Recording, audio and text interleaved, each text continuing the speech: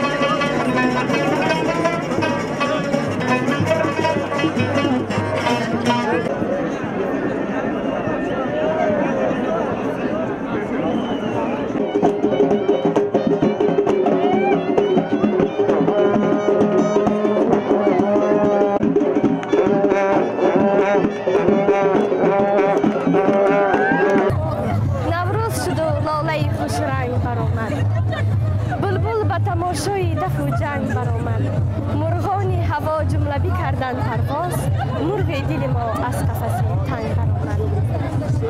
ای سرسرک ای بهتر از جان دخترک ای بهتر از جان دخترک